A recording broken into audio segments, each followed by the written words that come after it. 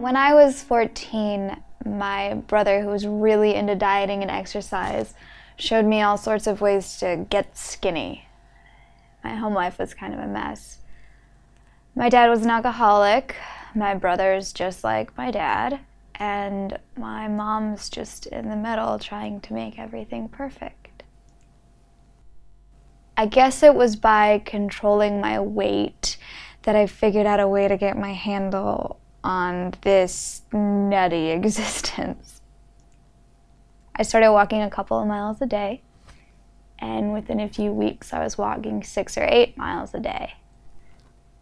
I am, if nothing else, a high achiever.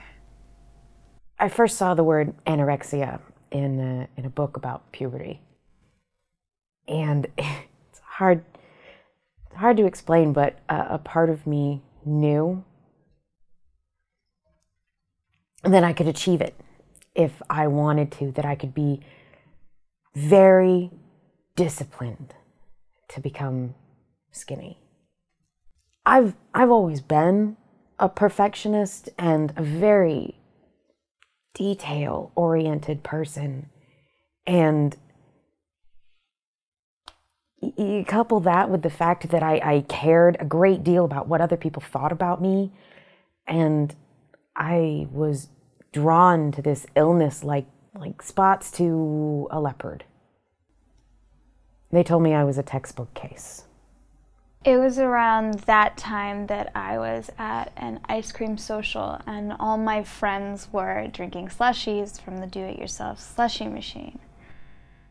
I had eaten a lot of junk that day, and I remember I started realizing that I wouldn't be able to walk off all the calories I had eaten that day, and I started calculating in my head everything I was going to have to do to work it off, and I started freaking out, and I began sobbing, and everyone was like, "Gabby, what's wrong?" And I told everyone that my gerbil had died.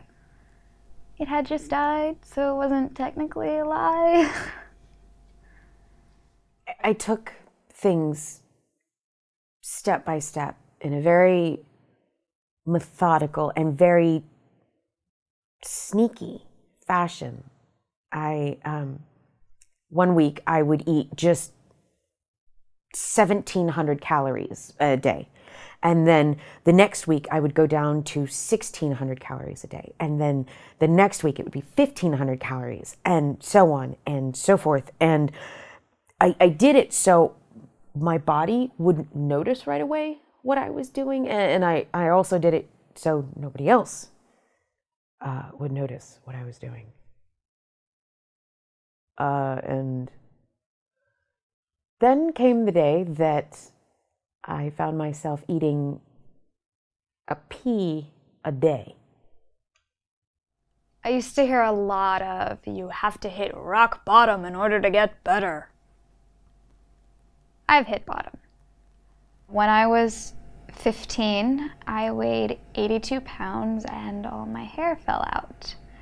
I started growing these little fuzzy hairs all over my body. It's called lanugo. It's gross. It basically means that your body's in some sort of protection mode. After your hair falls out, this thing called dysmorphia sets in, and it's interesting. The brain is actually your first organ that notices that you're starving yourself. And as a defense mechanism, it will actually shrink and then chemically change itself. Your serotonin levels go down, and you can actually become delusional. I started hallucinating. I thought I was looking fatter when in actuality I was really getting thinner, but all I could see was this plus-sized model, and I was imagining fat on places that just, it didn't exist.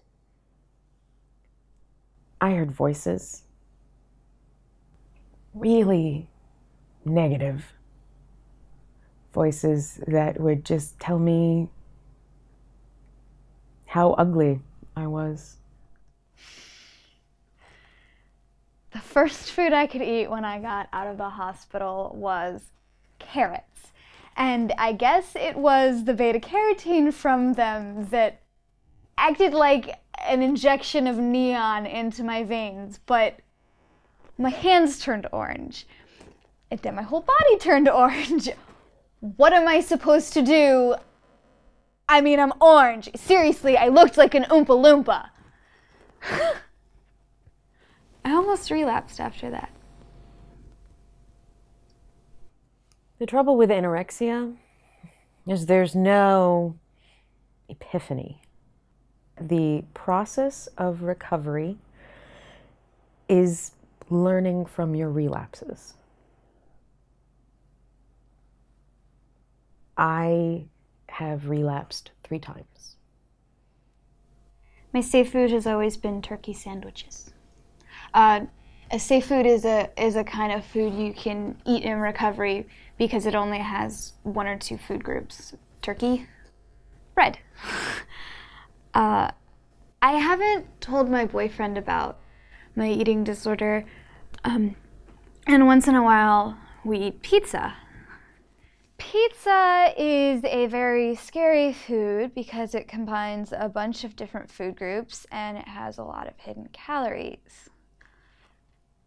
Let me tell you that multiple food groups in one bite can be very intimidating when you're trying to get control over your life again. There was another girl I knew going through the recovery program the second time. And before the weekly weigh-in, she would wear just really baggy clothes, and she would put coins and weights in her pockets, and she'd go out and she'd drink like 10 of those 20-ounce water bottles, and she'd go and she'd do her weigh-in, and then right afterwards, in the back alley behind the doctor's office, she'd pass out. Therapists get wise to stuff like that. One time I showed up with a roll of quarters in each pocket, and my therapist is like, I need to know, do you have any weights in your pocket? And I said yes, even though I couldn't look her in the eye. I'm in purgatory. It's where you can't go back to the way things were before, but you can't move forward and get better. You don't want to relapse because of what you've been through, but you can't face recovery because it is so damn scary. In purgatory, you stew for a long time, but then something happens, like a trigger or a flare-up, and then you suddenly realize that you have to decide where you're going to go. Because you can't stay in that locker room forever. I was really tempted to down a bunch of water before my weight check. But it meant that horrible feeling in my gut and really needing to pee, so I skipped it, and by some miracle, my weight had maintained. I know that doesn't mean much to the regular Joe or Joanna, but to me it was such a relief to know that I don't have to do the things that will lead directly to relapse. What I thought would destroy me, like my perfectionism and my sensitivity, actually made me strong. And I learned this in college, where I made some friends with some amazing people, and we would get together where there would be food, like at a restaurant. And we would get together to eat food for no other reason. And I found a different relationship. I found something between me and my friends and food. And it wasn't scary anymore. It was actually fun. I have been battling an eating disorder since I was 14. I'm not out of the woods yet, but at least I can recognize the sunlight on the forest floor. I heard that voice in my head again. But this time it wasn't negative. It was a news flash.